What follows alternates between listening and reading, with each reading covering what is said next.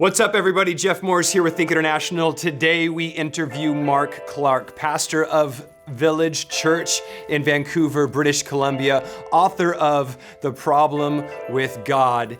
And today's interview you definitely want to listen to. We cover all sorts of topics as far as like cinema sites, what it's like to have church in a cinema, but it's actually on the movie screen. We talk about the apologetic issues with sex, and we talk about what it's like to do ministry in a post-Christian society.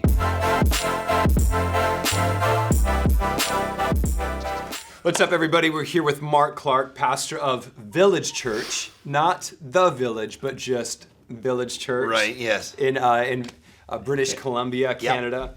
How's it going, man? It's going great. Yeah, I love being down here in San Diego with you guys. Sticky Teams, very cool. Phenomenal conference, by the way. Yeah. Sticky Teams conference, Great. check it out. So, a couple of things. One being, you do ministry in Canada, and a lot of people that don't necessarily know that Canada is like a post-Christian nation. You've said in your talks before, hey, I'm coming to you from the future, right, because of everything that you deal with. Right, yeah. What's been your experience doing ministry in Canada?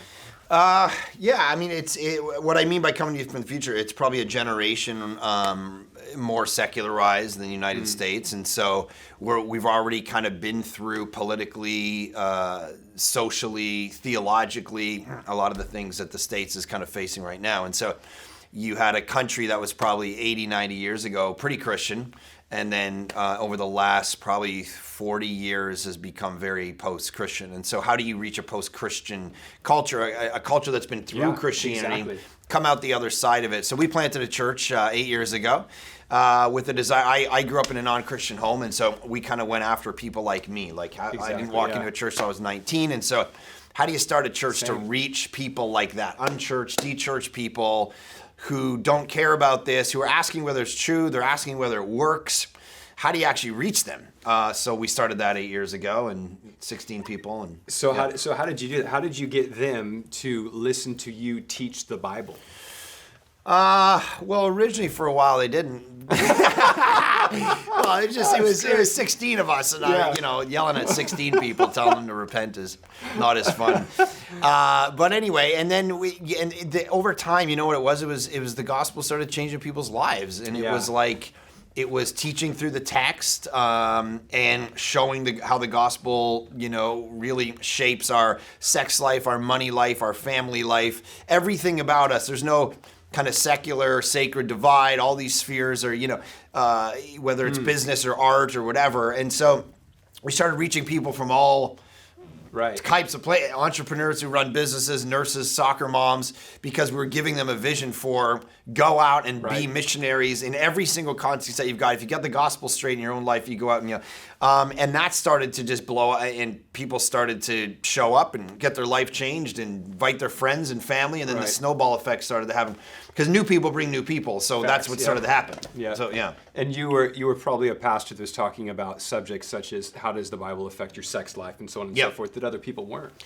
Yeah, I don't know what other people are doing. I actually, I don't know. Maybe they were, maybe they weren't. Somebody, it's funny. Someone said to me the other day, because I wrote this apologetics book called The Problem of God. We'll talk about that. We're talking about that, and there's a chapter on the problem of sex, and they said, I've never read an apologetics book that's had a chapter on sex, and I'm like, well, and I don't know if like the scholars who write these books just like. They're not having any, or I don't know. But when I'm in Vancouver, I know that the guy on the street doesn't just care about the problem of evil and suffering. At the end of the day, why doesn't that guy believe? It's because he doesn't want someone to tell him who he can sleep with. Yeah. He doesn't want the what he views to be the bondage of you are going to restrict something I want to do. And so that you always got to go at the thing behind the thing. And so when you preach the gospel, you're going, what's the real reason this person, it's not because they're stroking their beard and saying, I disagree with Kierkegaard's epistemology. That's what they think. Right. It's actually because they don't want to tell them, hey, you can't sleep with anybody you want. And so, I think it's a huge apologetic issue and one we need to address because it's probably the reason actually people don't believe. And so anyway, we started hitting that in a bunch of other things, but just teaching through the Bible, verse by verse, and showing people that Jesus has everything to do with everything about their life, and people Yeah. started getting their life changed. And Well, I mean, you're a growing church. I mean, like, 8,000-ish around people that are attending on weekends between... yeah, but probably about 5,000 or 6,000 people 6,000, at our church. of Across course, the different sites. Different sites and stuff. And for maybe some of our audience doesn't realize, but that area, Vancouver, is one of the most diverse areas as far as people from different parts of the world, different religions, so on and so forth.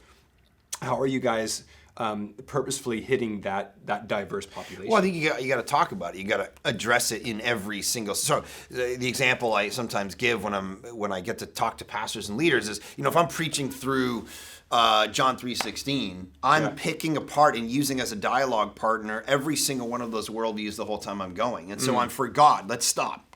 What is God to you? If you're an agnostic here, you think he's this. If you're a Buddhist, if you're a Muslim, you have a Unitarian version of God. If you're a Mormon, if you're a Hindu, you think of millions of gods. Right. So let's talk about what John means when he says God, right? For God so loved. Okay, everybody stop. You just watched a Jennifer Aniston movie and you think love is the butterflies in your stomach that you see. That's not what me, so that's why it takes me a long time to get through these things. But if you're constantly using the socioeconomic classes, religious class, people's, the way that they think, and you're constantly hitting them and showing them that Christianity is the best idea in the marketplace of ideas every single week, over time you start to draw those people, and you're equipping your people to be able to go and speak to those people. So that's what we try to do. But within that also too, you have a very apologetic bent when it comes to your faith, your Christianity, your theology. Which actually I'll bring that up right now. You wrote a book called The Problem of God: Answering a Skeptic's Challenge. To Christianity. Yeah. What sparked this? Like, what made you decide? Partly to do my this? own upbringing. I grew up in a super skeptical home.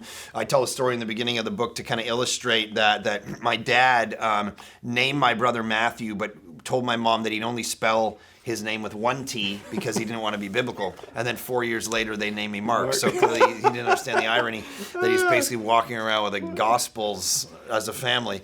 And so he never picked up a Bible. I never went to church. I walked into church when I was 19.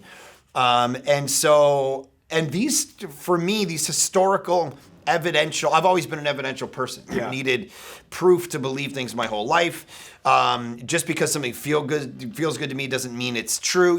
So there's a lot of doubts and evidential things that people push, but then there's also repulsions that people. So the book is divided between evidential questions, like science and history and literature. The Bible. Whether science kind of goes against the idea of God. And then there's things that are moralistic about evil and suffering and sex and hypocrisy and exclusivity, which is, a huge part of what our culture thinks about. So anyway, it's because it's me, I guess. It's phenomenal. The problem of the Christ myth, the problem of evil and suffering, the problem of hell, the problem of sex. All of this, the problem of science, God's existence. Really, it sounds like a phenomenal book.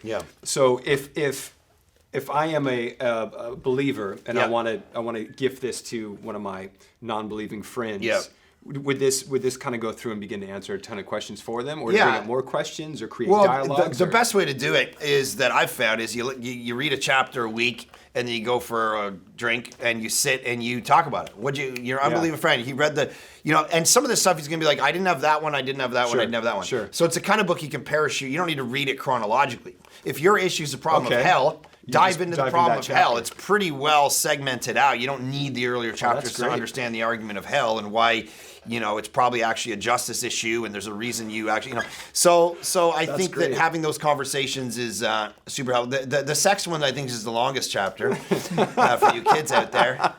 It's, They're going to buy it just for that chapter. The whole apologetic on sex is that the secular person thinks that Christians that they have a very kind of traditional view on sex, right? And so sex should be for procreation and kids. It should be with the lights off. It should be, not for joy, whatever And so what I show them is God is not anti-sex. God actually created sex for pleasure. And we get into a whole bunch of, God created sex for protection.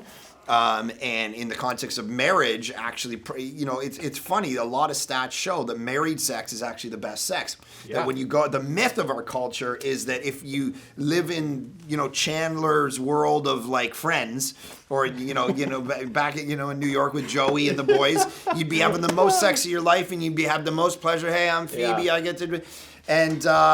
But the reality is actually true. Statistically, the best sex is being had by married people in pretty conservative families, where actually the best sex being had by religious, conservative people who are married, which is kind of crazy. But the opposite of what you thought. You thought they'd just take the denim off, shut the lights off, and take the denim off. The denim dresses, after churning the butter. But it's not that way at all. And so all these myths. So you gotta really. So anyway, the chapter helps kind of unpack a biblical view of sex, which is very much about pleasure. Definitely. We'll for sure link this up in the descriptions here. For sure. Order this, and like you said, one of the things I really love that you said, again, I haven't read this book yet, but I will, is that it's segmented, because I feel like so much of like the Christian leadership books or Christian books out there, you read the first 2 chapters, you have the whole book, and the rest of the 8 are like recounting everything. Yeah. So again, okay, you're growing a church up there, but now you're doing something like incredibly different, where you're doing, what do you call it? Cinema sites. Cinema sites, yeah. So it's not just doing church in a movie theater. It's actually the movie theater screen is church. Yeah. How does that work? Yeah. So about a year and a half, 2 years ago, we have different sites, and all of it's video preaching. And so I'd seen churches where they'd put the sermon on a screen and then have a live worship band. So I was sitting in a movie theater, but I've never really liked it. No offense to anybody who does that, but it's actually quite hard, because a movie theater is built for sound, so it's dry. Yep. So you try to put drums and guitars in there, the sound travels like 12 inches, and then just stops. That's why you're having a conversation in a movie theater. It feels like you're in this little stuffy, Yeah. So it's actually a terrible venue for music. Right. So I'm sitting there with my kids watching some terrible movie, and my mind just starts to drift. And I'm like, what if we took the worship that we do at our site? We took a week with the file, because everything's already on 1 week delay for our church. So I preach here, and then all the other sites get it a week later. And you only preach one service, right? Now I do. I used to preach, and I was getting very pale, and paler than I look right now even. And people were starting to see bags under my eyes, and I was like a shadow of my former self. So we had to shut that down. So essentially only one service is live, and the rest are all video. Yeah. Even 8 o'clock in the your morning, main. even at the main, 8 o'clock in the morning I preach, and then I'm able to actually shepherd people, run around, go hang out in the foyers. That's awesome. And even the main site gets a video from the week before. So everyone's on the same page in the church except the 8 o'clock service, right? Perfect. Which you have to be pretty Christian to be at the 8 o'clock. That's so fact. they don't care. Yeah. There's literally a thing. It's like you are now in this, a live studio. It's kind of like watching an old 80s sitcom, right? Where you're like, they know that they're in a... Is there like an applause sign and laugh sign and all that stuff? Yeah, so what it is the first 15 rows are actually totally marked off. Wow. Nobody can sit in them, because we don't want anyone sitting in front of the camera or showing a hand, because the whole philosophy of the cinema site is you never want to break the fourth wall. You never want someone to go, oh, I'm watching a video right now, and a guy walking past the camera will do that, right? Yeah, it's like watching a bad, Russian movie that you're trying to watch on your illegal website. Don't do that, kids. So anyways, it's like a guy with a popcorn. It's like, oh yeah, I'm watching a illegal film from Russia. Anyways, my friend told me that happened. So So I was sitting in this movie theater, and I'm like, what if everything's already 1 week delay? So what if we mix the file perfectly? Yeah. And then and put the worship in here too, and we filmed. We never zoom in like on piano hands and drummer guy up in the IMAX. We never none of that, because that's produced. Yeah, exactly. You don't want to make it feel produced. So we went through stage, and so what we do is we film the entire stage. And you see the lights at the top of the stage, everything. All one shot. Boom, 8 o'clock starts, worship team walks out. Hey, everybody. And they go, it's, hey, meet and greet. I come out and preach. And so there's no live people in the room at all, except the lead pastor gets up at the end. and he says, hey, we're going to build community now. We're going to be on mission in our city. But the entire hour and 25 minutes is from start to finish one long take video. Boom. So it's a mix for a week. We have two staff members to mix it. Wow. And it fills. It's the most when the lights go down, it is the best sounding site we have. Because it's built for sound. Wow. No other site we have is built for sound. Yeah, They're it's all mastered gyms mix. and different churches So anyway, everybody said it wouldn't work. This was 2 years ago. They said no one's going to show up to a church where the people leading worship aren't even there. Right. And the sermon's not there. And this past weekend, over 700 of our people were in sites like this. And we're about to launch our third one. So a year later, people are actually engaged with this. And they're engaging, like raising their hands, worshiping. Oh, 100%. Laughing at the They're inviting humor. their friends. Oh, yeah. I'll ask a question. They'll be like, what's up? Yeah. Some people, one guy at Easter was amening and, hey, good job. Yeah, screaming at the thing so much. And Usher goes, dude, calm down. And the guy's like, what? I just want to encourage him. Yeah. He's like, he's not there, bro. This happened a week ago. The guy's like, no, he's right there. No way. Yeah. So, I mean, I'm not saying they're the smartest cats. I'm 20 feet tall. I don't know what they freaking Godzilla or something. Anyway, I don't know why they factor that in. But anyways, so people they love it. And our plan, our vision for it is to actually try to go across the country in the major cities across Canada. Because it's way cheaper than planting a church. Right. You're taking movie theaters, and you're able to plant these sites for you don't have to build worship a teams quarter of. We fired all our worship staff. They're all gone. No, I'm just kidding. No, I'm just kidding. We actually have more, and they're amazing. And they're probably better. Yeah, exactly. They're amazing. But yeah, it's one team that you're duplicating out through all the sites. So anyway, that's what we're. That's incredible. And then just kind of one last question again.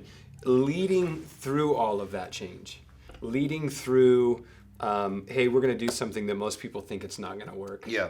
How did you do that? I mean, not to be cliche, it's the why. It's remind everybody why we're doing it, and people will do anything. In front of everybody, it's like, what are we doing? We're going to sit around. Here's what I want. When you're 95 years old, I want you to sit around and go, I was part of we talk about ourselves as a church. We try to kind of, people in the seats think of themselves as part of a movement. Yeah. That we're part of something where at the end of our life, we're going to look back and go, I gave my money, my time, my energy. We took risks like crazy. We did some stuff that people said wouldn't work. Some of them didn't work. Some of them did. But at the end of the day, our why is to reach people for Jesus. My dad passed away when I was 15 years old. He didn't know Jesus. And it's like the urgency is everything for us. It's the reason we do what we do. Every single day, people are dying, going to hell. Wow. I'm not going to sit around and waste time talking about whatever Christians are talking about. Yeah. Like, so I'm sometimes people come to like, what do you think of this latest thing? I'm like, I actually have no idea what you're talking about. Oh, well, it was some in-house Christian debate about something. I'm like, I don't know. Talking about right now. You mean two Christians were debating something? I don't care. Right. So there's people out there dying and going to hell, and you're sitting here talking about whatever, right? Parson Hebrew verbs. Yeah, exactly. Hey, Which is important as well, because scholarship's important. Yeah, scholarship is important. Where can they find you? Social media, online, where can they find Mark Clark? Instagram is probably where I'm most active. I tweet every once in a while. Okay. Mark A. Clark, I think is my Twitter thing. And then my Instagram is Mark_Clark. And then Facebook. I have an author page, Mark Clark, that you should probably go to. So I'm going to be trying to release another book or two. But that one was a passion for me over the last few years, and got a couple other in the works. So. Church website? This is villagechurch.com, and all my and the apps there. All my sermons are on there every week, and I preach about, say, 75-80% of the time still. Yeah. Awesome. Hey, Mark, thanks so much, Thank you man. for I having appreciate me. it. Here we go. Mark Clark, helpful. Problem with God, Village Church. Check it out.